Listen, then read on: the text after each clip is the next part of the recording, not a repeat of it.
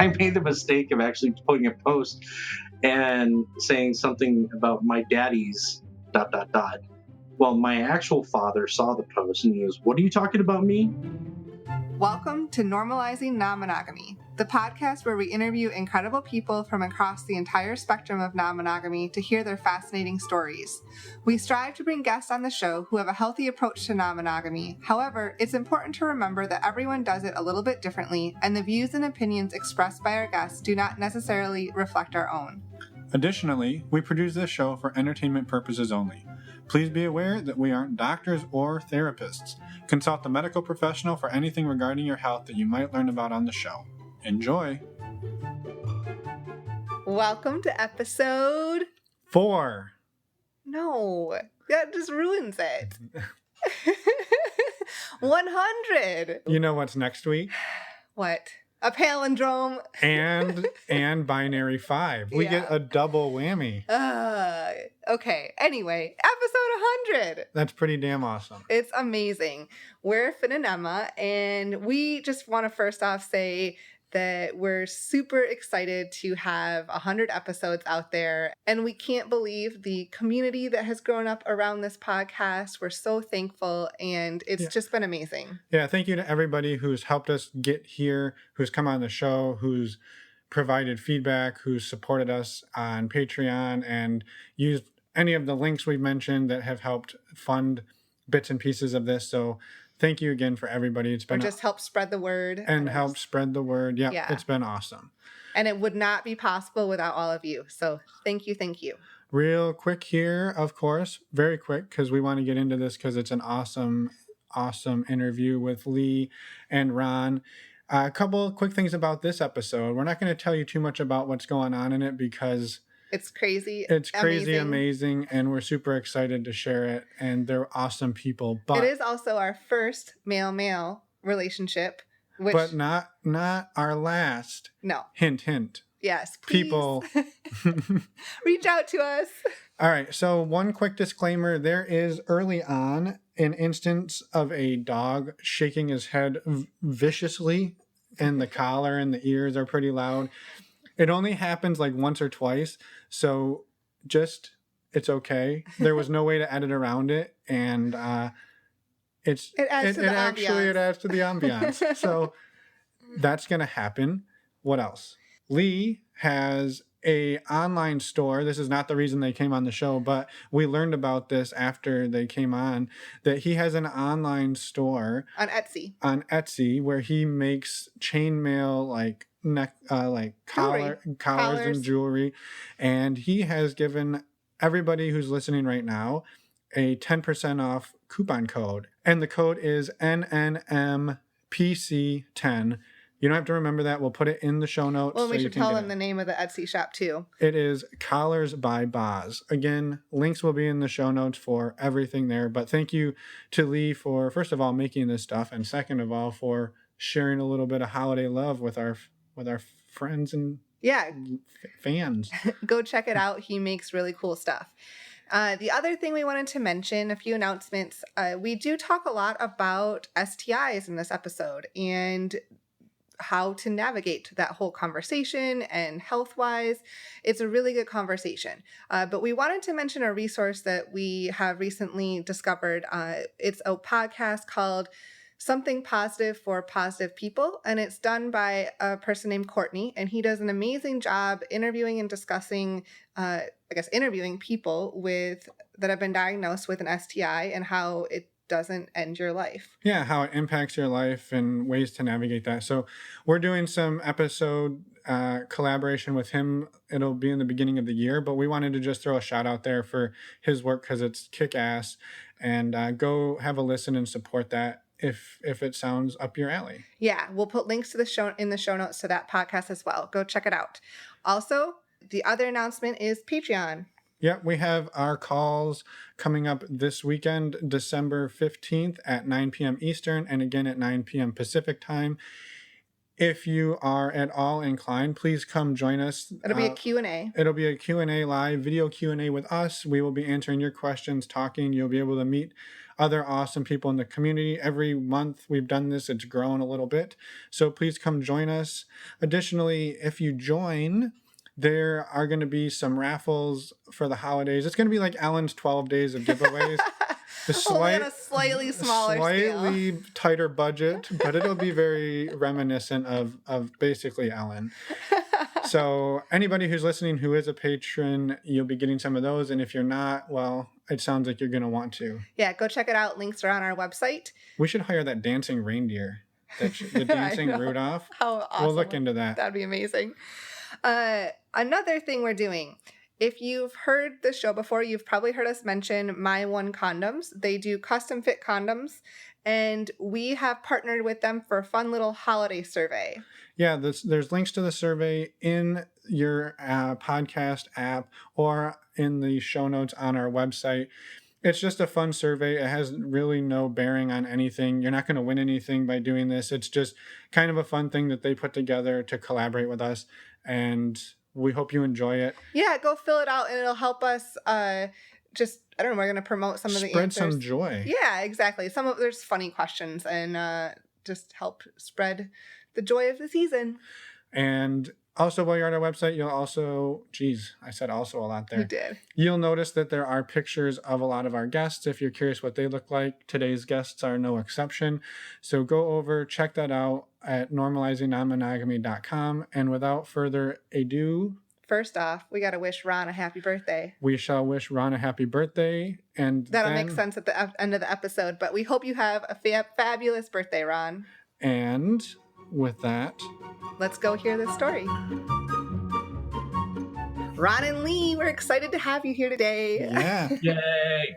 Yeah, we've been going back and forth a little while, so we're super excited to be able to make it happen finally, and our first same-sex male couple, which is, it only took 100 fucking episodes to make it happen.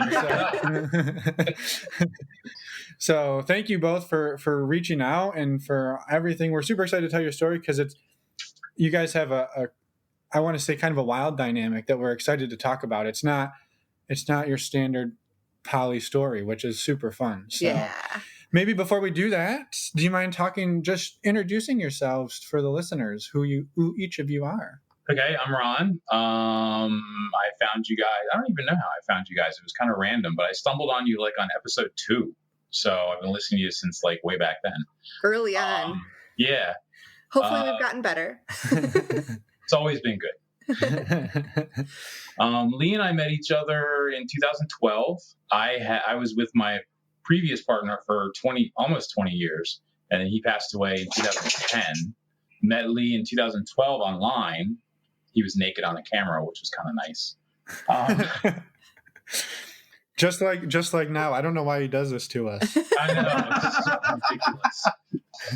Yeah, so we kind of made a connection pretty quickly. I thought he was incredibly cute. So I stalked him on a couple websites, and we started talking almost every night on Skype. Yeah, on Skype.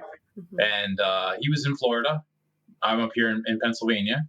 So it was a nightly thing. Then he started coming up here in February of 2013. It was pretty quick. Mm-hmm. Started coming up once every couple of months. We hit it off really amazingly well. We got engaged a couple years later. One of the first things Lee told me, though, was, I just want you to know before this goes any further, I don't do monogamy very well. And I said, it's okay. Neither do I. So it's all good.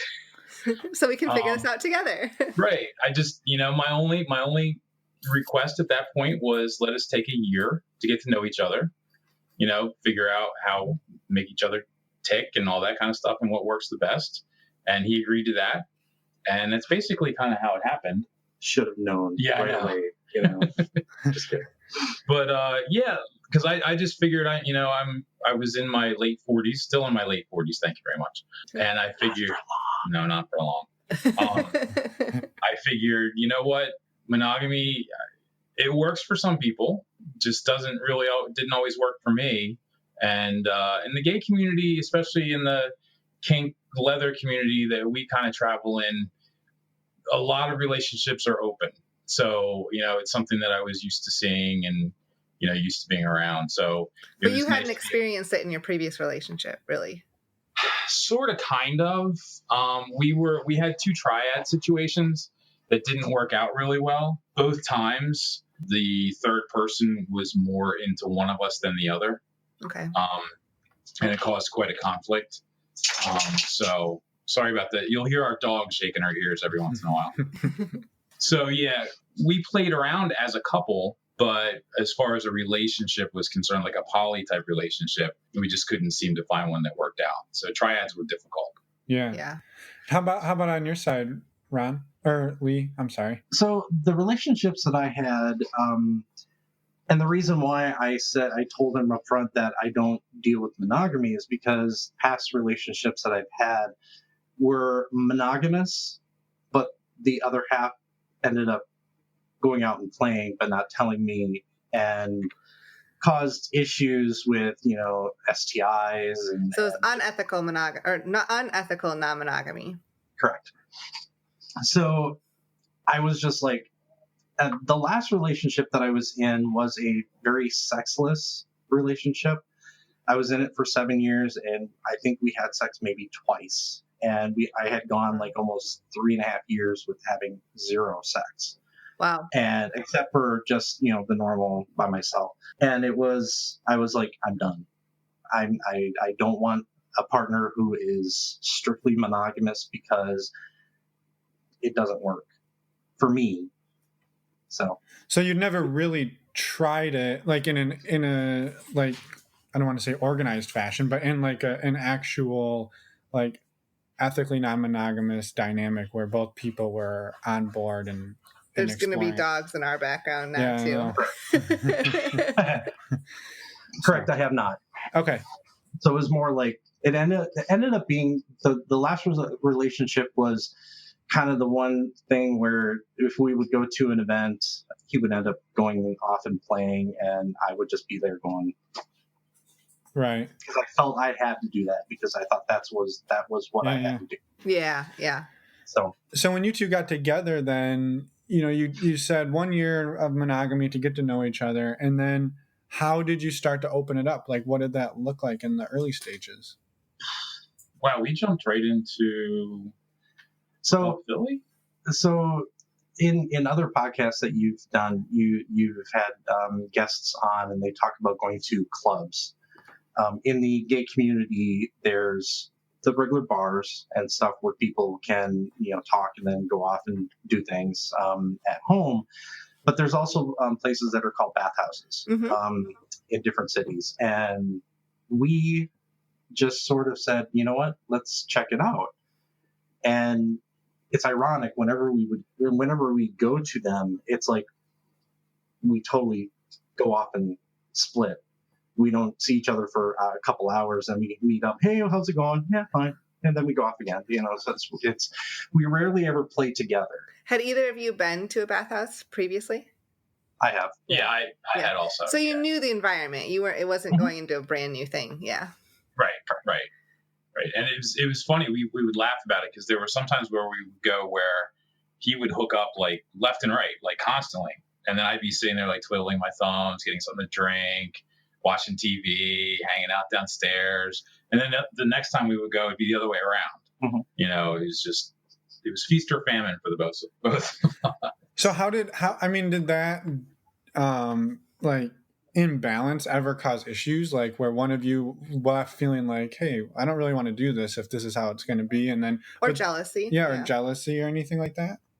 I don't think we really had any jealousy. It was obviously disappointing if I was sitting there bored off my ass, just not doing anything. It's like, okay, well, I can just sit here and watch this porn another time, or I can just go and sit in my room and take a nap. And we talk about it on the way home. We live northwest of Philly, so it's like it's a 40-minute drive, so we had that plenty of time to talk about what happened and how much fun we had, or how much boredom we had, and so on and so forth. But I don't think we never really had any jealousy. Yeah, I definitely wouldn't call it jealousy. It was more disappointment. Yeah, it was I thought it was cool. It was great that he hooked up. Like I actually get really turned on hearing those stories. Yeah. I love it. tell me more, tell me more. But at the same time, you're like, oh, I wanted that, Yeah, for sure. Yeah. So, Like you're happy for your partner, but you're also a little, like you said, disappointed. I think that's a good term. Yeah. right. Yeah. Right. So after you started going to those bathhouses, did you stay doing that for a while, and that was just kind of the way you did non-monogamy in your relationship, or how did it change over time? We really didn't do it that often. I mean, we did it maybe a handful of times. We didn't do it like every weekend. Right. Because one, it's not cheap to go to this place, because you have to have a membership, you have to buy a room, you have to have all the fun stuff, and you have to get parking and so on and so forth. But we would go every once in a while, but a lot of times we would just go out to the bars too. So like we would go get a room, you can leave and go have a drink and then go back if you want. Okay. So we didn't do it like a lot. Right. Yeah, right. And we really did. The funny thing is like, if I would have met somebody 20 years ago that said we're going to have an open relationship, I think I would have been like having sex all the time. But like you hit a certain age and you're like, oh, I got to go to work tomorrow. If somebody comes over here, I got to make sure the house is clean and they might not leave when I want them to. I don't feel like going over there because I'm comfortable. I'm in my sweats. Like the whole thing changes. Yeah. So we really didn't hook up as much as I thought we would, And it's like 3 or 4 floors upstairs, the downstairs. bathhouse, yeah. And when you're in the ages that we are, you're like, I am so over going up and down those stairs and my feet hurt. Yeah. I'm sitting down on here and people can come to me. Right, exactly. Then you need to install one of those little automated chair lifts that. Oh, that would be awesome. Or an elevator, at least. There's no room for that. Yeah. So has it largely continued to be just the bathhouse periodic bathhouse visit model, or has it grown and developed into something else? Well, with the onslaught of actually joining into a poly relationship, we would go to events, sometimes where there are play areas, or events where you meet people from the area and go to the room. So you had decided, like, eventually after going to the bathhouses, that you wanted to expand a little bit and try some other different types of events. Or right, relationship dynamic type. Correct. Yeah. And then it's funny, I guess we could jump into, is it skipping too much if we jump into our relationship? Well, that's now? what I was going to say. Maybe it's a good time to say, like, outline what your current relationship dynamic is, because then that will kind of open up to like where you are, obviously. Okay.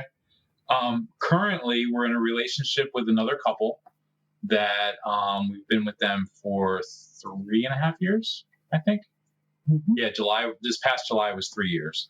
I had sort of met them right after I met Lee, as a matter of fact. I was out for New Year's Day. One of the things that my group of friends used to do was just go hang out in the city and bar hop for the day and everything. And I met this guy, and he was with a bunch of friends. And we went out on a date because Lee and I had just met. So it was nothing serious at that point. We went out on a date, and it was horrible. He actually turned out to be a stalker, which was fun. Oh, no. Yeah. I remember the conversation because he would message me the next day and be like, oh my God, that date was so horrible. I'm like, oh. At least you had him to vent to. Exactly. Yeah, it gave me one of the worst lines that anyone could ever give you during sex that I've ever heard in my life. Hold on, what's the line? I don't know, so you can't say that and not share it. So we're in the middle. He came over, we went to dinner. Halfway through dinner, I'm like, this isn't going really well. I don't really see this progressing, but I figured, what the heck? Let's go back to my place and we'll fool around and whatever. It's 2 guys. 2 guys one guy alone is a walking hormone. You get 2 together, forget it. Yeah. So in the middle of sex, I'm in the middle of everything. He says to me, so you think my dick's big? You should see my dad's. And I'm like, whew, look at the time. Wow. Who said that? That's how I proposed to Emma, by the way. Nice. It was right there in the wedding vows. Oh my God. Oh my God. Yeah, I just couldn't believe he said that. Yeah, that's crazy. And a huge turnoff.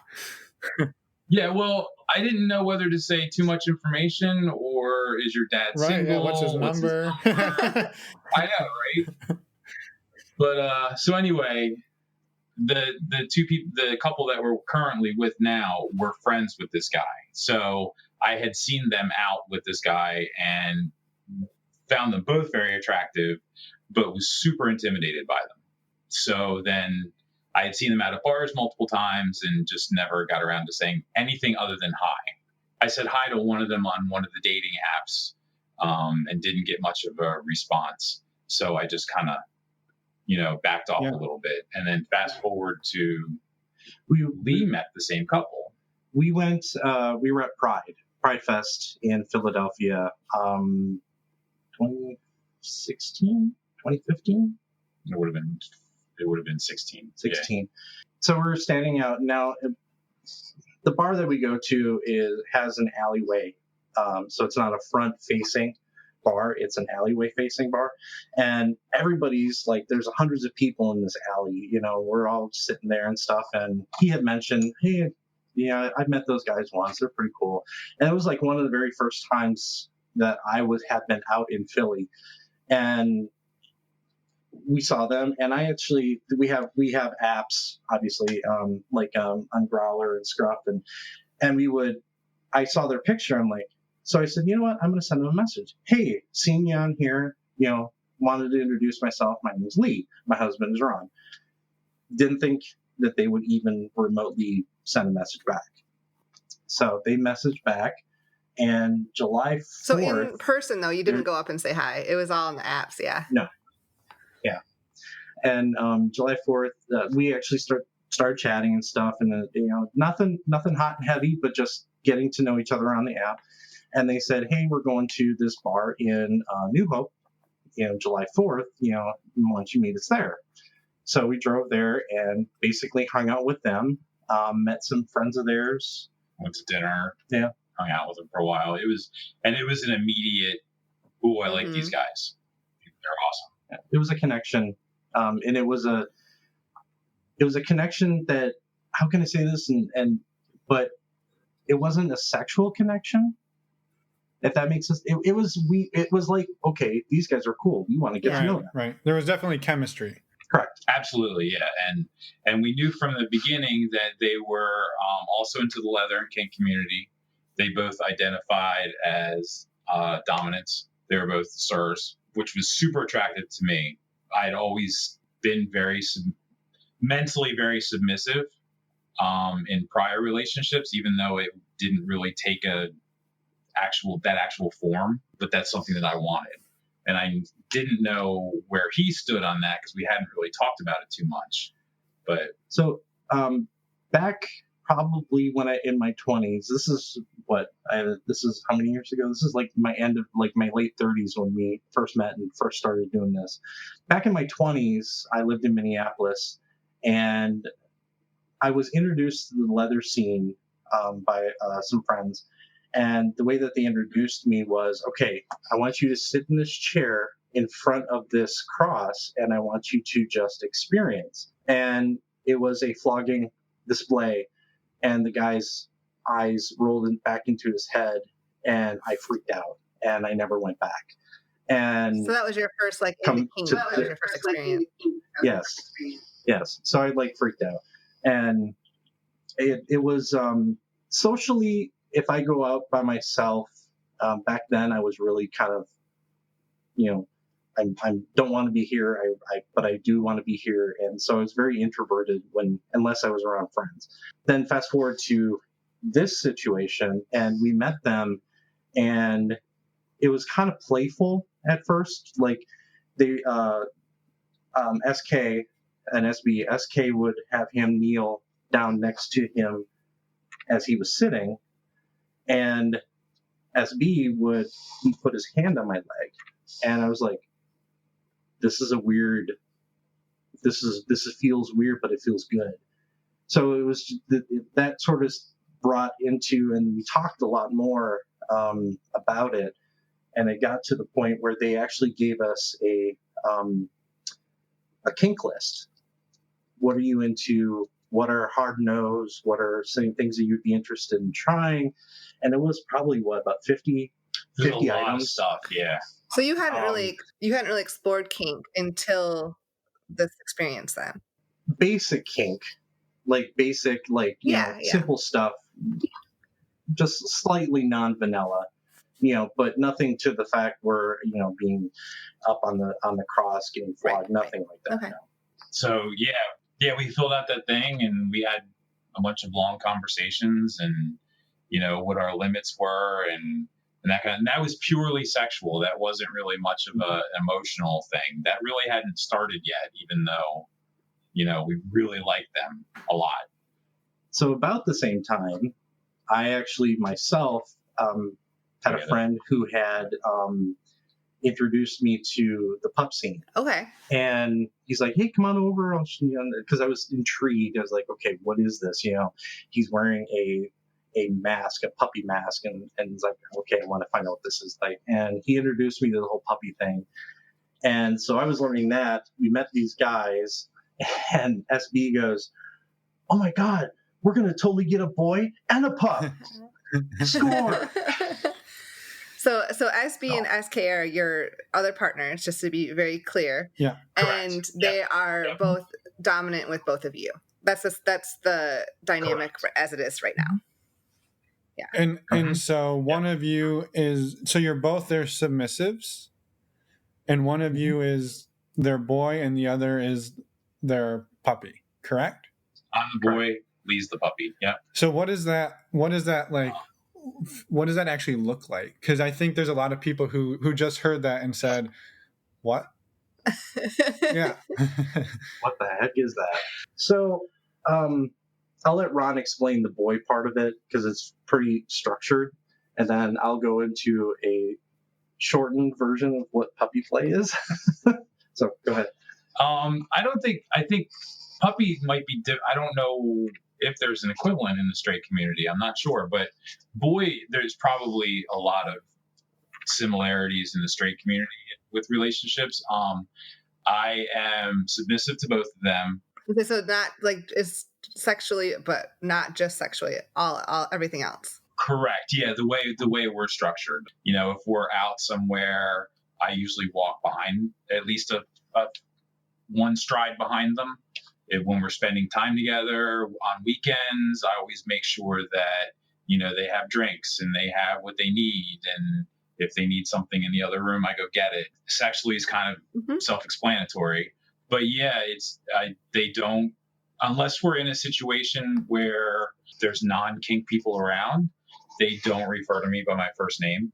It's always boy. I usually have to ask permission if we're in a group setting to do just about anything. Let me correct that. When we're in a kink setting, they refer to him as boy. In a non-kink setting, they refer to him as Ron. I'm sorry. Yeah, I meant to say that the other way. I usually have to ask permission to do, for example, we were out last weekend and a friend of mine was standing like about 20 feet away from us. And I said, "Hey, may I go talk to so-and-so?" And that was fine. So yeah, our relationship is very structured. And it's awesome. Yeah. It's awesome. I love every second of it because for me, that type of submissiveness is a huge turn on. So whereas some people look at it and say, "Oh my God, you're just letting these guys walk all over you and, you have to do whatever they want to do." I'm like, of course, it's awesome. That's what I want. Exactly. But at the same time, I also do it because I trust them implicitly. I know they're not going to make me do something that's embarrassing. They're not going to humiliate me. It's not about that. It's about I'm their boy and I take care of them. And I'm immensely proud of that. And just to focus on, I guess, that dynamic for a minute before we jump to Lee's, did that dynamic take a little bit of time to work into so you got to know them and build up trust with them? Mm-hmm. Yeah. I mean, in the beginning, it was simple stuff. I remember one of the first times we spent the weekend with them, we had silly conversations about, this is what I like to drink. This is, the kind of coffee I like. This is, that kind of stuff, just so I could get to know them better. But definitely as far as some of the more intense stuff, I had to learn to trust them that they weren't going to embarrass, they're not out to embarrass me. They're not out to humiliate me. And they never would. That was one of the items on the kink list, was humiliation. Is that something you're into? So that's where that comes from. That's a hard no for me. It's just not something that, Yeah, for like sure. to do. Do you have you been in a situation like where you're uncomfortable or need I think a lot of people listening to this would be, is there a safe word? Is there an out for you for some reason? The funny thing is we talked about safe words because in the kink community, that's a big deal. And especially when you're in sex, when you're having sex. Right, especially during that, some flogging experiences and stuff like that. There's definitely that. And I know there are a lot of people that would cringe when I say this, but we don't have safe words. But we've also learned to read each other really well, to know with a look that I can't do this, or I'm not feeling comfortable, or this, this isn't going well. And I also think that if I were to just flat out say, hey, sir, I don't think I can do this, that it wouldn't break the mood. It would be, okay, well, let's talk about it. And why can't navigate it together? That kind of thing. So, yeah, we would navigate it together for sure. Yeah. Okay. Any other questions for Ron? I mean, like a million, but it's okay. Let's go ahead and let's hear Lee's side, because I'm really curious about that as well. And maybe I think a lot of the questions I have are more about how the two of you interact beyond, now that these dynamics are established. So, but I think we'll get there in a minute. Yeah. How about, so Lee's also in a submissive role, but you're more in the puppy dynamic. Correct.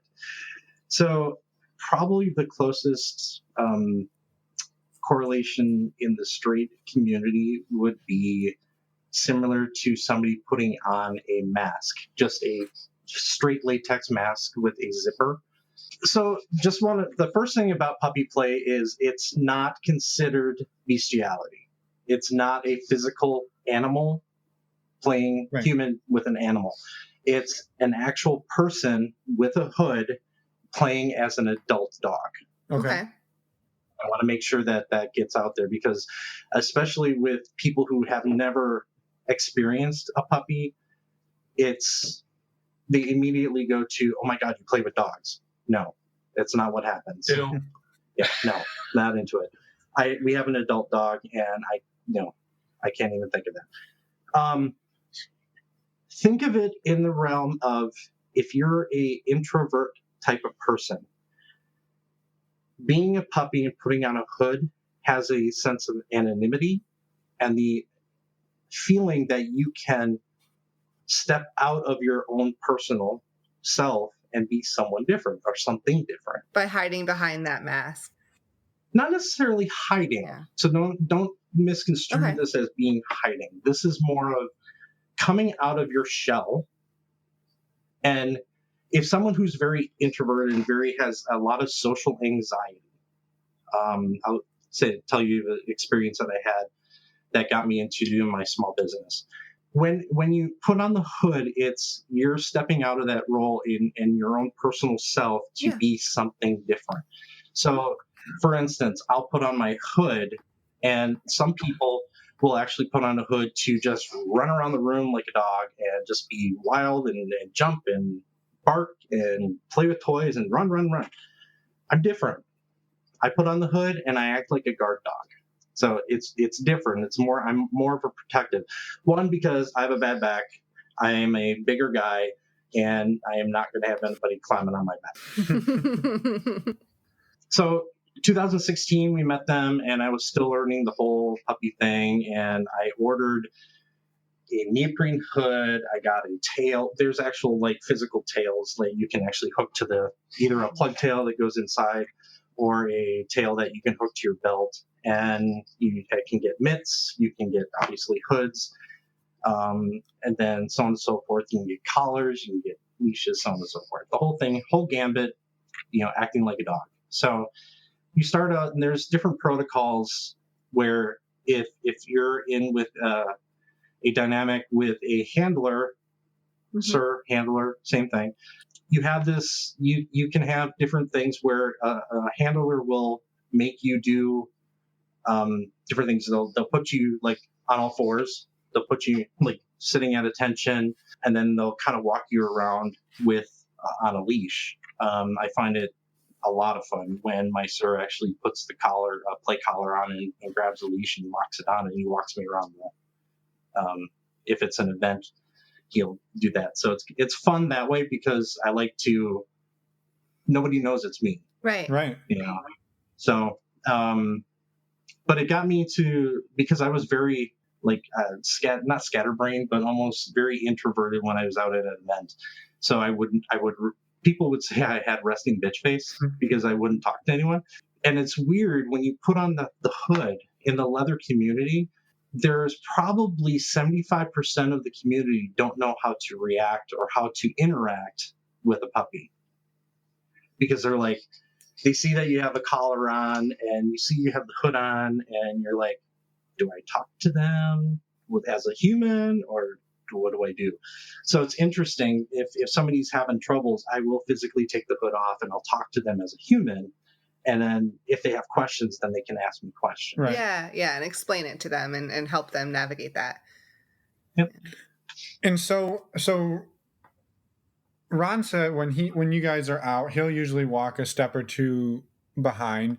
I guess where, like, when you're out and about in the non-kink world, how let's say the four of you are going to dinner and you're walking to dinner, what does it like actually look like physically? Sometimes I will be up in front and they say that I have a tendency we go out to the grocery store. I will go off and say, I'll be right back. I'll go off and get something. I'll come back, put it in the cart, go off again. He's a puppy. Retriever. Probably a golden retriever, I'm going to guess.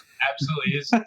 It's funny that just as my personality is as a boy, I'm through and through 100%. He's a puppy. He just think of a biological puppy, how they take off and run away, but then they turn around and, okay, are my masters or whatever, are my humans behind me? And so they run back and check on things and they go off and do, that's what he does. Right. He does that in just about every social situation we're in. Yeah. So that didn't start that way.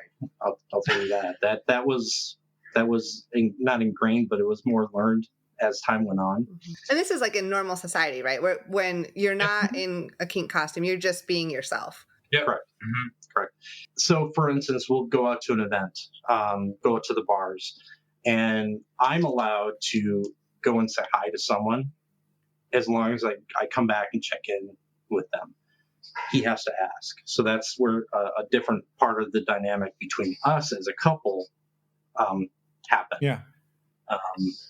And so I'm curious then how have things changed between the two of you, right? So you have these fairly complicated, or maybe they're extremely straightforward, right, dynamics between you and your masters. Your sirs. But your sirs. But how has it changed, like, the relationship between the two of you? I don't know that anything's really changed. Nothing's really changed because so if you kind of look at it, is when we're at their place, we're in service to them. Mm-hmm. So either Ron has to go and either get their drinks, wash the dishes, do all this stuff, and I'm there and just doing my thing, and so I make breakfast. That we have our duties that we do that just happen. But when we come home, it's like it's somewhat turned off. I mean, he's made the mistake a couple times, like when we've been together, like when we were like first there, and he calls me sir, and like, yeah, oops, I'm not your sir. and he's done joking things back to me, like we were out going someplace, we were going to go outside, and the four of us smoke cigars, so we would go into the alleyway, and we were saying, and SK would say, do you want to go outside and have a cigar? And be like, yeah, sure, let's go outside. He said, oh, I thought it would be really funny, and it went over like a lead brick. But I looked at Lee and I said, you want to go outside? I'll go outside? Come on, let's go outside. He didn't think it was funny. I turned to him and I glared at him. Because that's not the dynamic between the two of you. Right. It was joking. Right. I thought it was hilarious. I was happy that he did that. So between the two of us, puppy, Ron doesn't understand it all that much, so he doesn't engage with me a lot. Like when we're out in an event and I have a hood on, and he'll like scratch the back of my neck, but he touches the water. Like if you're wanting to see the temperature of water, he'll put his toe on it. That's kind of like how he acts with me as a puppy. He's gotten more and more as time went on, but he's uncomfortable with that dynamic. Whereas your sirs are not. Correct. Yeah. I don't know that I'm uncomfortable with it. It's just, it's not my thing. Right. It's just, I get it that it's his thing. It's just not my thing. So. Right. And probably much the same that like he said, like he's not your sir. So the boy thing isn't his thing, but it sounds like both of you are in the position where you're just like, hey, you do whatever you want to do, and I'm going to do what I want to do. And it hasn't like, you haven't started to see each other and be like turned off because, oh, now I see him as a puppy and I can't unsee him as a puppy. Yeah, no, not at all. Not at all. One of the things that we talked about when the four of us first got together and decided to try this out was that our two marriages, theirs and ours, always come first. So regardless of what's going on or where we are, our marriages come first. If there's an issue between us, then we'll go talk about it. If they have issues, they're going to go talk about it. But at the same time, they requested that when we're together, that we try not to think of ourselves as Ron and Lee, the married couple. We try to think of ourselves as boy and puppy, so that we're separately. Mm-hmm. Yes. Yeah. So when we're together, we're with them and it's the four of us. But when we're apart, it's two separate marriages that are, important, equally important. Yeah. Yeah. So have there been instances then where like there'll be a three people dynamic of some sort? Like if some person can't be there, I'm assuming you've navigated that as well. But still it's like very separate as far as the couples go. Yep. So one of the sirs is more, he like ventures more towards Ron's boy side, and the other sir navigates more towards the puppy side. Okay. The one sir can navigate both, but I think one sir does better and more with the boy side, but not much with the pup side. So they've kind of overlapped a little bit, but they kind of try to do it evenly as best they can. Right. Yeah. I find it to be, it's that way in life too. I'm sure you've had this situation where you're friends with another couple and two of you mesh better than, not necessarily better, but become closer friends than the other two. It just kind of. Yeah, for sure. Yeah, there's some sort of dynamic there that two Right. people are closer than others, and that just what it is. And that's the way it's worked out with us. But One sir and Ron like football.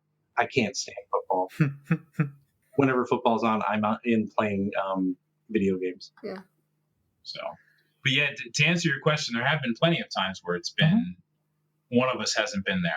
Mostly it's been you that's been able to spend weekends with them alone because I've either had to work or had family things going on. But I get jealous not because I don't get jealous that he's there. I get jealous because I'm not there, if that makes sense. It's kind of the bummer of missing out, right? Like that feeling of missing out.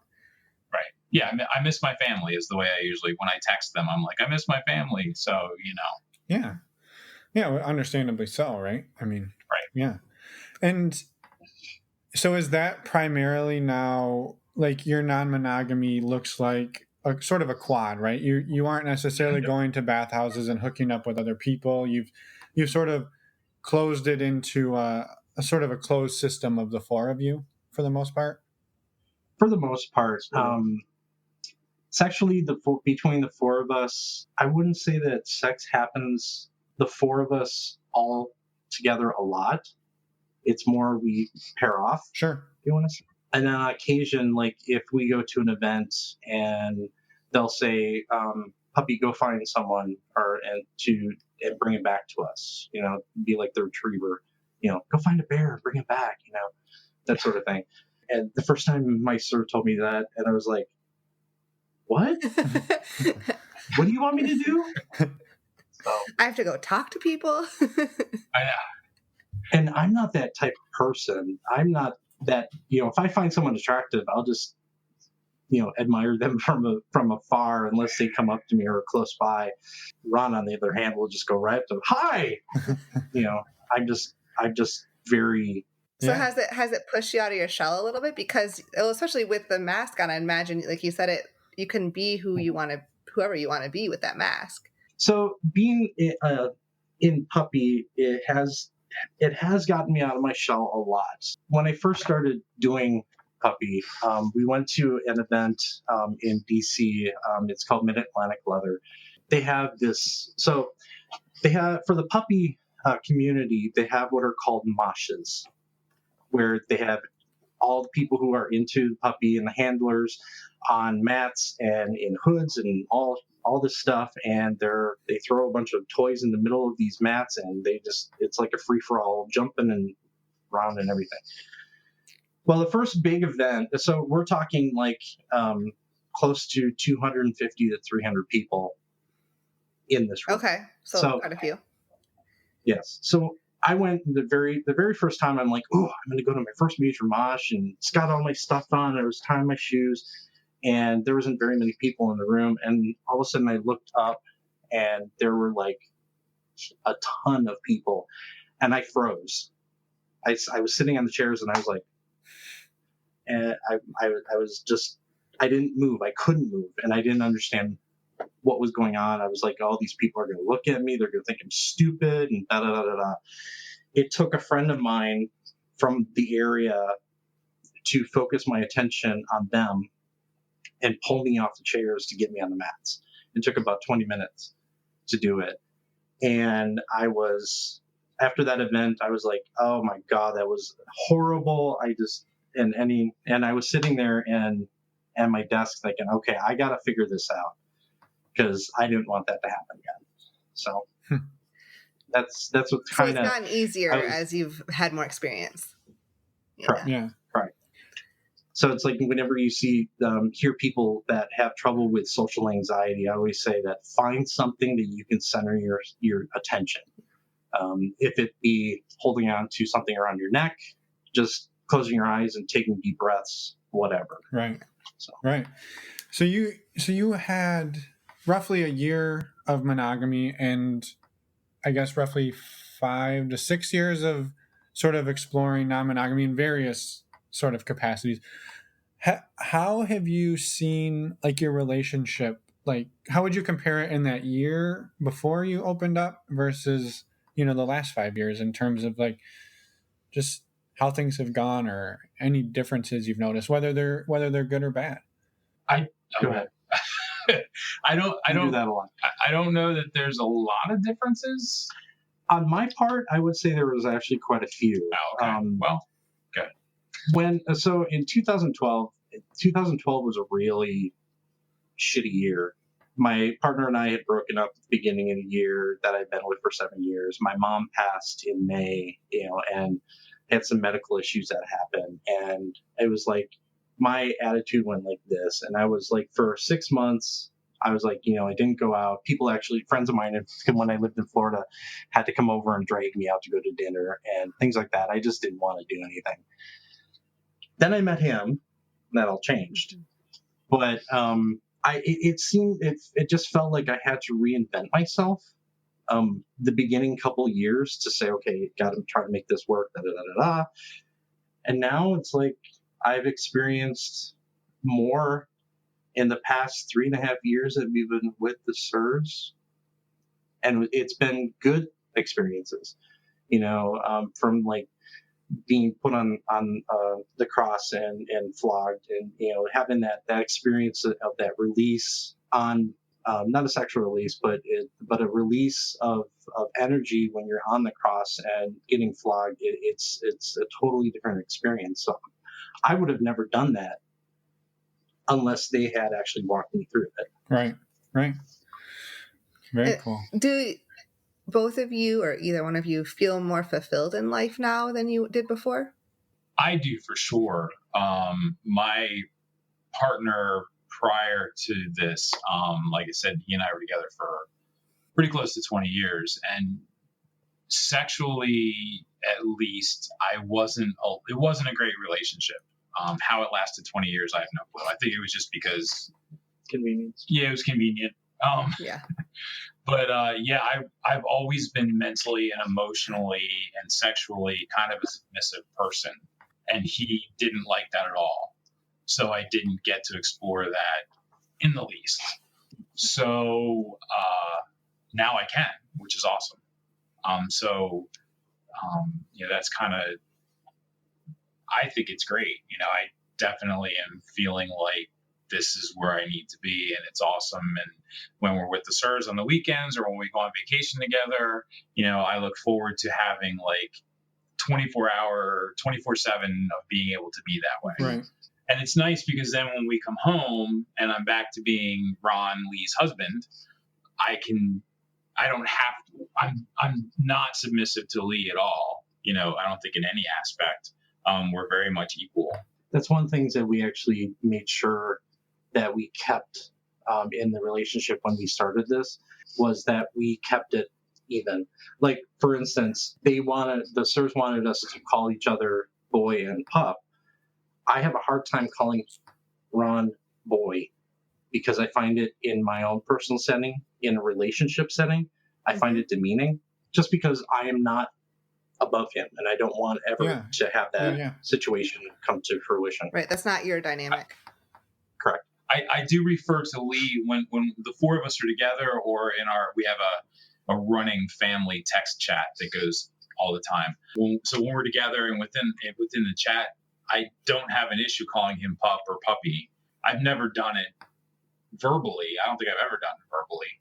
But I also don't see puppy as being I don't know. I look at puppy in a different way than he looks at boy. Yeah. So, no, that's fair. So how, over the last 3.5 years, I guess, how open in your community, in your life, have you been with other people about the relationship that you're in with your sirs? 100%. Yeah. 100% open. In the gay community, there's you don't see very many poly relationships that are visible. A lot of times, our sirs will make mention that people are watching. Our people are taking note of our dynamic. I never understood that right up front. Be like, well, why are they watching us? Because I'd be like, I'm personally, I'm a very private person. I don't. If I'm out, I will rarely ever want people to know me unless I know them as a friend. And they explain to us, it's like the dynamic that we have is totally different than what different couples have seen before. So people are looking at us. And we've met several other poly relationships, and we've talked to a few of them. And there's people that will come up to us and say, "Oh my God, we love your family," So it's from that aspect, it's wonderful because we're actually kind of setting a somewhat of an example. Yeah, that there's other ways to do it, right? To have a relationship. Right. And we physically we wear collars. That was their gift to us 3 years ago, I guess, to kind of like solidify our relationship. So, it's definitely an outward sign that for those people that know, like within the kink community, his has a puppy paw on it. Mine has the submissive symbol on the outside of it, and they're locked, so they're not coming off. So, there's that aspect of it. And we do have keys to each other's lock just in case, we need to get the lock off quickly. Medical emergency or something like that. Yeah. And as far as being out, like to our friends and stuff, we're 100% out. I've slowly, over the last year, started coming out to my family about it, and they've all been fine with it for the most part. I always tell everybody my family is so fucked up that me being in a relationship like this is like, yeah, whatever. Okay, it's Wednesday. It's like, whatever. No big deal. Yeah. Right. Great. And on the other hand, my family are more on the religious side. And I have two Facebook profiles. One is for the family friendly, and the other one is my kink side. The family friendly, I actually originally had both profiles as one, and I just limited, the way that people could see some of my posts. Well, I made the mistake of actually originally calling, when we originally had it, I told the sirs that I can't call you sir because I'm not there yet. So they said, just call me daddy. I'm like, okay. So I made the mistake of actually putting a post and saying something about my daddy's ... Well, my actual father saw the post and he goes, what are you talking about me? And I'm like, oh shit. So that's when I separated things. I explained to him, I had to explain to him, he's like, well, talk to me about what's going on. He wasn't too thrilled by it. I mean, to the point, to give you a little, background on it. When we got married, I invited my father to the wedding. My father told me, he goes, why do you have to get married? Oh, So I'm sorry. I separate for a reason. Yeah. So You don't feel safe in that yeah, or comfortable. I don't feel comfortable, meaning I don't want him to feel uncomfortable. Yeah. Right. I mean, it took him a long way to accept Ron as my husband, to the point if he knew about the other side of me, he would probably flip out. Yeah. So. And at that point, is it right that you have to make the decision? Is it worth it to cause that person that uncomfortable feelings? If it's, you got to weigh that and decide what's best. Yeah. So the other flip side, I work for a major bank, and my boss, my small business, I make chainmail chains and collars and stuff. Oh, cool. And she was like, "Oh, so what do you make?" And I had this inside my shirt, and she's like, "Oh, so this is really cool. Did you make this?" I said, "No, this was gifted." And she pulls my lock and my tag out of my shirt, and I'm like, "Oh crap!" This is a boss. So at the bank, she's this straight laced woman.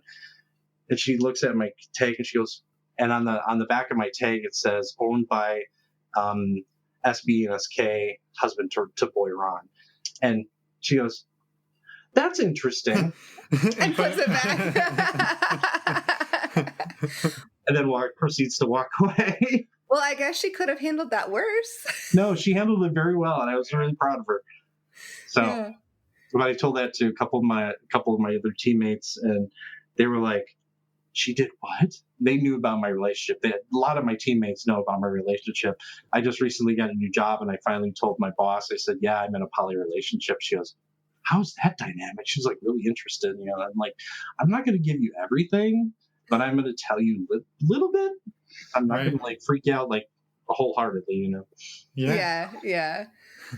Well, that's good. I'm glad you're able to be, and you have supportive people at work. Yeah. That's super cool. I have a really random question that I meant to ask earlier and I forgot. So you told us this, Ron, you told us the story of that guy you went out on that date with who was friends with your sirs. Yes. Now, have you had to interact with him because is he in mutual friend circles now? Well, the funny thing is I misread the entire dynamic of that first time that I saw them all together and thought that they were really great friends and they were hanging out and everything. And it just turns out that they had a lot of mutual friends and they were just kind of hanging out within, their little circle. So while they do know who he is, they're not, they know who he is. That's about as far as their friendship goes. It's nothing. Okay. Nothing. And have they seen his dad's penis? Not that I'm aware of. Not that I'm aware of. All right. I just had to ask. So one thing that we like to talk about, and we chatted about this via email a little bit, is the sexual health side of things. And we know for you guys that this is another really big part of something that you've had to deal with. And I guess maybe we'll just kind of let you talk about that in whatever way you're comfortable sharing it. Okay. I have mentioned a couple times that my former partner passed away back in 2010, and he was actually HIV positive, and did not take care of himself at all. A long story that would take up another podcast, but didn't really take care of himself, was hiding a lot of things from me and that sort of stuff. So he unfortunately developed full-blown AIDS and then passed away from that. So while all of that was happening, I thought, great, I need to go get myself checked. And I found out I guess like 3 weeks after he died, I found out that I was HIV positive. Wow. So you didn't know like during that relationship at all? There was a lot of things that weren't told to me that I am finding out now that I should have known then. Yeah. Oh, wow. So I'm sorry. Thank you. So to put a little bit into perspective, so like when you first get diagnosed with HIV, I'm also HIV positive. When you get your panel done, when you get your first set of blood work done, they get you at a certain level to say, okay, do we need to put you on medication? So like, what's your viral load? Right. And if I'm not mistaken, I think your viral load was fairly high. Correct. So he had it for a period of time. Yeah. Right. But thankfully, my best friend at the time, and still is a very good friend, he's an HIV specialist. So I kind of knew, plus being in the gay community and having a lot of friends that were HIV positive, I knew that while it was going to be an issue, that it certainly wasn't the death sentence that it was 10, 20, 25 years ago, you know? So, and I was also dealing with his death at the time. So I had too many other things on my mind, you know, at that point to actually freak out over it. So thankfully I had a support system around me. I immediately went on medication because of where I was viral load wise and stuff. And then within 6 months, probably, I was already all the way down to undetectable. So it didn't take them long to get, you know, on the right medication and down to, you know, where it needed to be. So then when he and I met, that was obviously one of the first conversations that we had. And that's when I knew that he was HIV positive, so that it wasn't going to be, you know, a major issue between the two of us. And we were both undetectable and both very healthy, and, you know, so everything was fine. You know, chances are we're going to die of something completely different, you know, down the road. So did you want me to jump to when we met them, or? Yeah, that's fine. Okay. I mean, my when I found out I was HIV positive was in 2012 when I said I had a really, really, really bad year. Oh, that was part of that whole thing? That was part of that whole part. I said medical issues. So yeah, I had the breakup with my partner at the time. Finally, at the time, I also had another boyfriend that ended up turning around and totally like screwing around on me and wanting to move in. And anyway, that's how I found out I was HIV positive. My viral load was actually low. It was only 9,000 copies. So I had just contracted it recently, within the 6 months or so. Right. I had only been detectable for like 3 months. And then I immediately took the choice and said, I want to get on medication because I want to get this under control, period. Right. And then, just the rest of the year happened. So. Yeah. Well, I'm sorry you had to go through that too. That sounds like a terrible year. You know, so I look back on it, and it was probably, it was a crappy year, but I haven't gone through anything that bad since. Yeah. Well, I also, like, this is a different topic, but I also try to look at really tough years or really tough time periods of your life as, well, I wouldn't be who I am today if I didn't go through that. Right. So. Right. Yeah, I agree. But it's hard sometimes to think about it that way. Absolutely. I just had a quick clarification on Ron's side. So your husband or your partner, I'm sorry, of 20 years, you did not know that he was HIV positive until after he had died? Till he got sick, right. He went in, he had a really bad cold that just wouldn't go away. And he hated doctors, and he just wouldn't go to the doctor.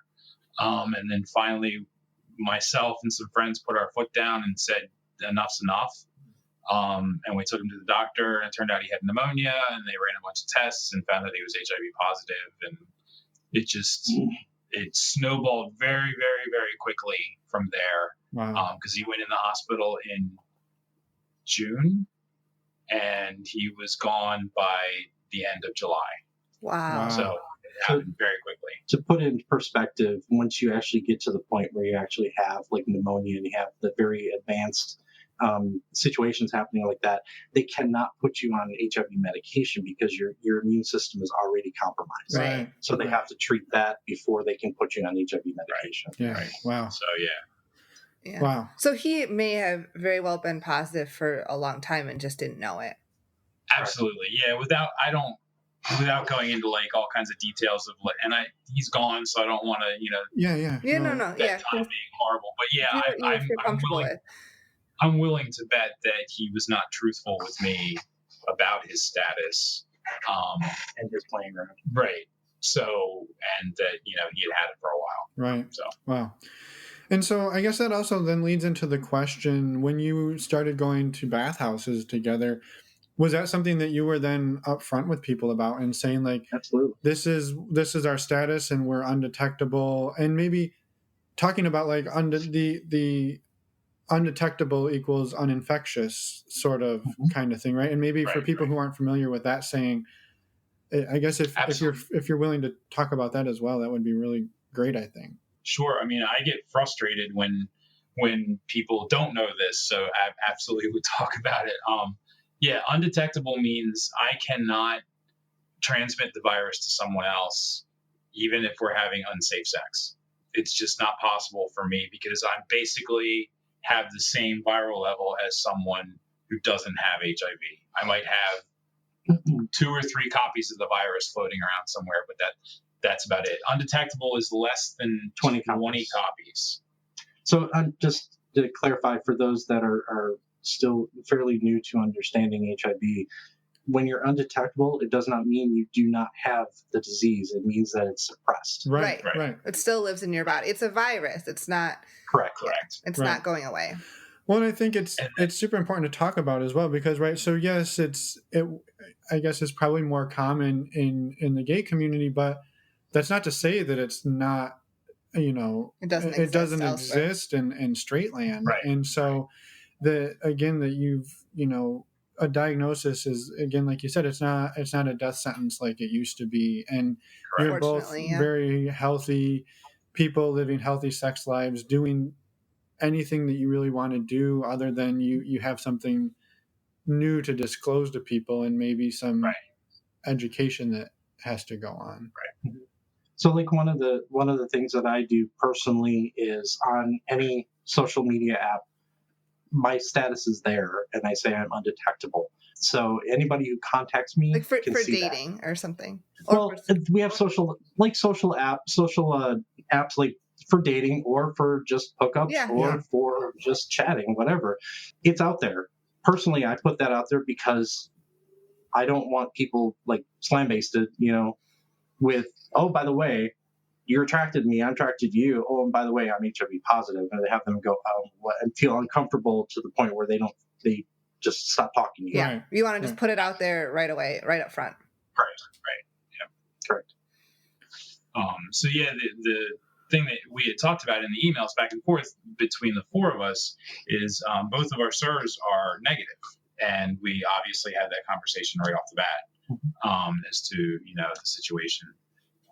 They're negative and they're also on Truvada, so they're on PrEP. Okay, which is for anyone who is not familiar, that's pre-exposure prophylaxis. So it's a means to reduce the risk of you contracting HIV, but it does not necessarily eliminate it. So effectively, between the 2 of you being undetectable and them being on Truvada, you have a fairly small chance, minuscule chance. Correct. And we also, the one thing that I try to explain to people, because I've had so many people talk to me on, some of the dating apps and hookup apps and stuff like that and say, well, okay, you're HIV positive, but you could have something else. You could have syphilis. You could have herpes. How do I know?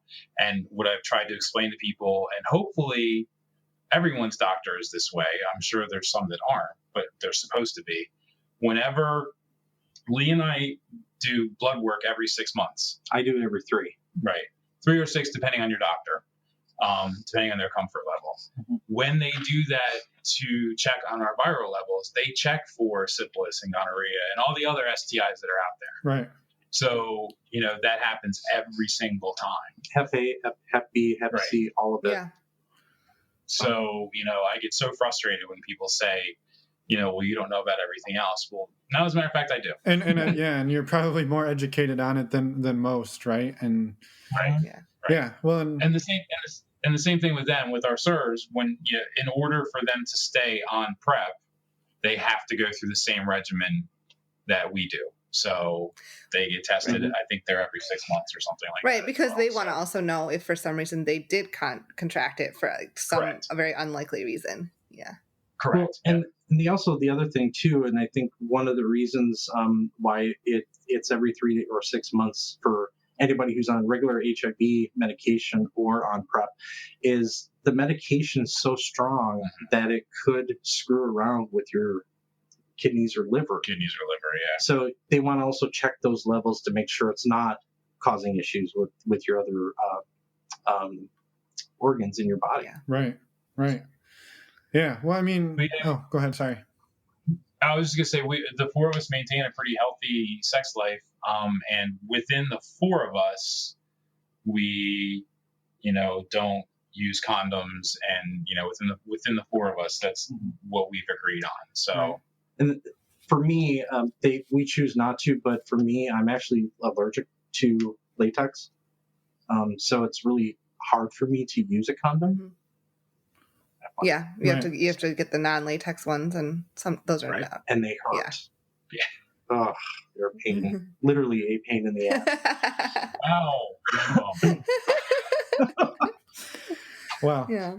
We really appreciate you sharing that. I know some of that wasn't super easy stories to bring up, and we really appreciate it because, I mean, again, it's amazing for anybody in the gay community here, but I think it's super powerful people in all communities to hear that. First of all, that it's not a death sentence, and second of all, that you're not only are you happy and healthy, you're having sex, you're communicating these things, and you're not hiding it from people, and and it's, I don't know, it's amazing. And there's ways to work through life to maintain a healthy, maintain your health and also maintain the health of others. And it's as long as you're communicating and working with your doctor and making sure everything's okay, then there's nothing to be overly worried about. Right. The one thing that I do want to make mention, I know in the gay community, it's fairly well advertised. Not sure about in the straight community, but if someone, and I'm just going to say this flat out, is like if someone feels very concerned and they feel really embarrassed and they feel like they can't go get tested, it's better to go and suck it up and go and get your test, because it's going to only help you in the long run. Right. Yeah. Pretending you don't have anything isn't a solution for success, even if it's scary as fuck to do it. Correct. Thank you for saying that, because I agree. It's like it can be really scary. You don't want to know, and I think that that's one message you listen to this show, but like that we try really hard to spread is that it's not something to be ashamed of. It's something to be just out in the open and to talk about and to put on the table so that everyone knows. Yeah. And then you also have support that way too. Right. And if people are shitty, then don't deal with those people. Yeah. The other thing too, it's like when I had a different experience when I first found out that I was HIV positive. You hear about the people who contracted having the seroconversion and having the fever and feeling like you have the flu. I didn't get that, so I had no clue that I had contracted the virus at all. And I was like, oh, okay, I think I'm fine. And the guy that came over and who I was thinking about dating, he said, let's go get tested. And I went and got tested, and mine came back positive. And I was like, I was flabbergasted. I didn't even know I had it. Yeah. Right. Yeah. Right. So. And it just gets to the importance of regular testing, right? Especially if you're sleeping with multiple and sexually active with multiple people. Right. Yeah. Right. And then one other thing on that subject that it's a little pet peeve of mine that bothers me, and I don't know how big it is in the straight community, but in the gay community especially, there's a lot of people on the dating apps and hookup apps and stuff that'll say, or that will flat out ask me, are you clean? Yeah. Yes, I'm clean, and I hate that. I showered this morning, and right, exactly. HIV positive or any STI does not equal dirty. Right. So that just frustrates me beyond belief. Please use a different word. Yeah, you can use the term we've heard the most that seems, I guess, to be fair, is like reactive and non-reactive. That works. A lot of people do use positive and negative. I guess that's also not, it's better than clean or dirty. Correct. Yeah. But I think reactive, non-reactive is probably the safest. I think way. one of the best ways that I've heard, especially in the gay community, is, do you know your status? Yeah. Just flat out ask. Yep. Yeah. Yep. Yeah. Well, again, we appreciate the conversation on it because it's super helpful for anybody listening. And yeah, again, thank you. Yeah. No problem.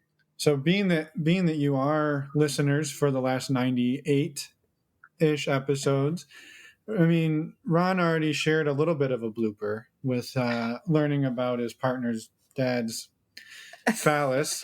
That was a first warm date. up. That was a warm up. one night. So do either of you have any other funny kind of stories that have come up in the few years or in the time that you've been doing this that you'd be willing to share? I told you they were going to ask you this, so I gave you homework. Oh, me. I really. Oh no, I do actually have one. So back when I lived in Minnesota, Minneapolis, I would go to bear parties. So to give an idea of what a bear is, it's normally is considered a average to larger male with body hair and some sort of facial hair. So I went to a party, and it was a sex party. Finn is not a bear. I was going to say, so basically picture me and then the polar, the negative, the digital negative of me. Right. Take the hair on the top of his head and just put it on. Yeah. So I was in the in the realm of having fun with this one guy, and he decided, I was in a regular armchair and in the living room, and he decided to lift my legs and put them on the sides of the chair so my ass was exposed, and proceeded to go down there and eat my ass out, and I was jerking off, and I'll tell you that cum in an eye does not feel good. Oh no. And I was skinnier than I am now, and it happened to just like shoot right into my eye, and it was so quiet in that room except for a little bit of moaning. All of a sudden I go, "Oh my god! Oh, a shot in my eye!" The whole room bust out laughing. It was embarrassing. That's a good one. Never gonna do that again ever. Yeah, that's why you wear safety glasses. That's why he wears the hood, actually. Yeah, here we go. He's got like the little doggy glasses that they wear when they're on like a motorcycle. I have a pair of those too. He actually has a pair. That's awesome. I have a pair of the round Like what are the pilot's glasses? Defunct. Oh yeah, pilot glasses. Yeah. Cool. I do recall, because I remember thinking we were going to talk about this hood, and you guys weren't you recording in someone's closet, and they had Panda heads. That's right. Yeah. Yeah. I was like, great, Finn's gonna love Lee's puppy mask. Yeah. We were recording the intro and outro in a friend's closet once, and we looked up, and these big They were panda like staring heads. at us from the shot. It was amazing. So I'll have to look up what episode that was and put a link, because there's a picture somewhere at that episode. Yep, we got a picture of it, so for sure.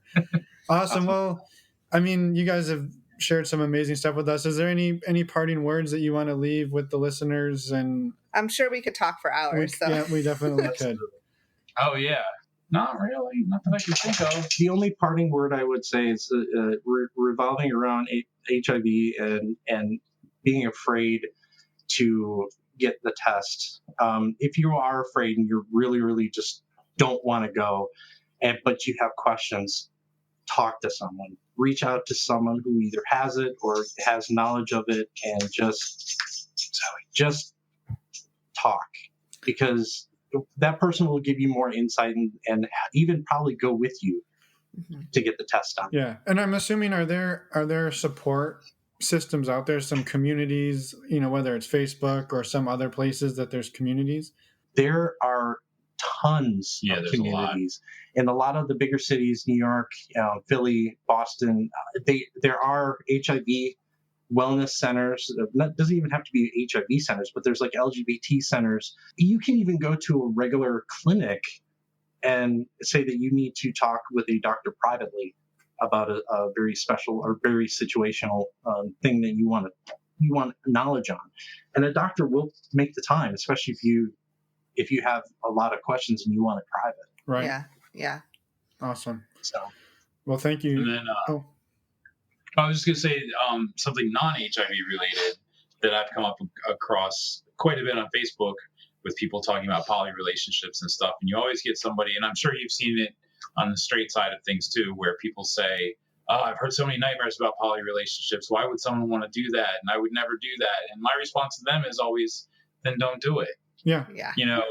If it just like monogamy doesn't work for everybody, polyamorous stuff doesn't work for everybody, or open marriages or swinging or whatever doesn't work for everybody, and it's okay. Yeah. Right. Exactly. It's all good. We don't have to tear each other apart because of it. Yeah. Yeah. So let me be into what I'm into, and you can be into what you're into. Exactly. Yeah. Exactly. Awesome. I'll also say that if anyone messages you with questions about puppy play, I'd be more than welcome to answer those questions if people have questions. They can also do a search online, and they can do searches for adult puppy play. Okay. If they have if they're curious about it and they want to know more. Yeah. Yeah. Thank you. That's a good tidbit. And maybe the last thing before we let you go is a chance to, because you've talked about you have like a small business that you run, and correct me if I'm wrong, Lee, you make kilts. Is that Ron makes quilts? I'm sorry, Ron makes kilts and Lee makes chainmail.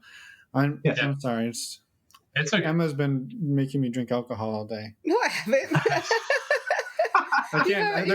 There's 4 of you right now. You haven't had anything to drink. I know. In like 3 days, 4 days, maybe a week. It's been a long time. Maybe you do need something to drink, and that's the problem. The point was, if you'd like to plug any of the work that you do, please do so. So my my business actually, when I told you about me going and freezing on the sidelines at the Mosh, I came home and I actually was like, I need to find something that I can center my mind and so on and so forth. And I was actually sitting here at my desk, and I was like, I grabbed on my chain. I was like, I got to find something. I got to find something that I can, do to and teach myself to focus. And I'm like, how I wonder how hard it would be to make these. 3.5 years later, I am working up to a vending at a large event that could bring in totally like 10,000 people to the event. So I make chainmail chains, collars for BDSM couples. I make leashes. I make bracelets. I make earrings. I make ties. I make bow ties. That's super cool. It went from a total hobby to So awesome. Very proud of him. It's very cool. And do you have a website that we can put links in the show notes? Sure. Actually, I can send it to you, but I'm on Facebook. My business name is Collars by Boz, B-O-Z. Okay. And I'm also on Etsy. Okay. Perfect. Pictures can be seen on Facebook. Yeah. Well, we'll put links in the show notes for that. Awesome. Yay. Thank you. Yeah. It brings me closer to my retirement. Absolutely. And I'll be still here at age 70 trying to make the things and say, are you well taken care of, honey? Exactly. Awesome. And did I miss, was it not true? You don't make kilts? Somebody made kilts. No, I do make kilts. Okay. Yeah, I'm a kilt maker for a company that's local to here, but we sell all around the world. Actually, we're doing really, really, really well. My boss is amazing. And I'm actually out at work too. So as gay and poly, and he's fine with it. He rolls his eyes at some things, but I'm very happy to work for an extremely liberal company. Very cool. But we do very traditional Scottish kilts, Celtic stuff. We don't do leather. We don't do like the utility kilts and stuff like that. But yeah, that's what I do. It's pretty awesome. Awesome. All the tartans are made and weaved over in Scotland. Yeah. Oh, cool. And then we make them here. Very cool. So.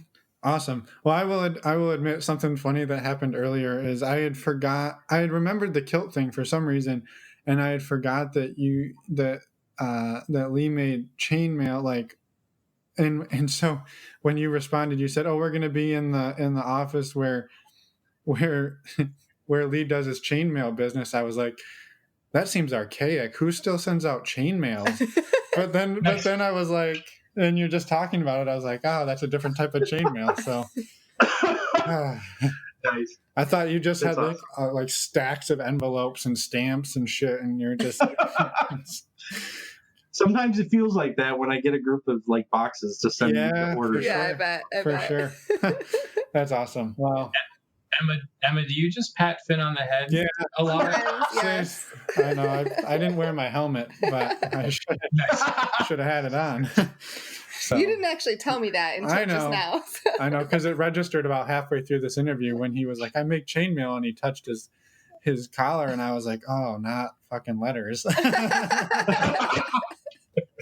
So that's That's funny. for anybody who's still listening, that'll go down in history. Yeah. Well, thank you both for your time and everything you shared. We're super grateful that you reached out, and we're super excited to share the story. And Yeah. No, and thank you for listening and just being part of Absolutely. the community. We're super excited to get your story out there, and there's definitely going to be people that learn a lot, and also I'm sure a lot of people that will relate to parts of it too. So at least I'm hopeful. Cool. Awesome. yeah. Well, have a wonderful evening, and we'll be in touch. Yeah. Sounds like a plan. Sounds great. Bye. Welcome back. We hope everyone enjoyed. Hey, I did your job. You did. Hope everyone enjoyed episode 4. Really. Those jokes just don't get old, do they? Yeah. It's Just amazing. wait till the next episode. Yeah, I know. Episode 5. Oh boy. Okay. So thank you, Ron and Lee, for reaching out, coming on the show. We had a blast talking to you, and we hope and we know actually that I'm sure a lot of people found your story fascinating and super cool. Actually, we know some people who did, because they emailed us literally the day before we published this, and they were like, "Hey, when are you going to have some male couples on your show?" And we were like, "Well, Tomorrow. sit tight, buckle up." Yeah. Yeah. So we hope they enjoyed it too. And next week, what do we got? We got a little Monday. Oh, easy. Hey, we're keep it calm. We have a special Monday episode, and this one's going to be with Brandy and Will. Yeah, we actually just met them digitally. Yeah. Virtually. A few weeks ago, and they have a website that they've started called Friends of the Lifestyle. Well, Nope. Friends of LS. Yes, sorry. But Friends of LS. Lifestyle LS. Anyway, it's called Friends of LS. We'll put links in the show notes here. They are here to not necessarily just talk about their project, but They also tell their story. They share their story, and it's awesome. But in the meantime, while you're waiting to hear more about that, they also gave us a 10% discount code using the offer code Emma. Again, in the show notes, you can get all this information.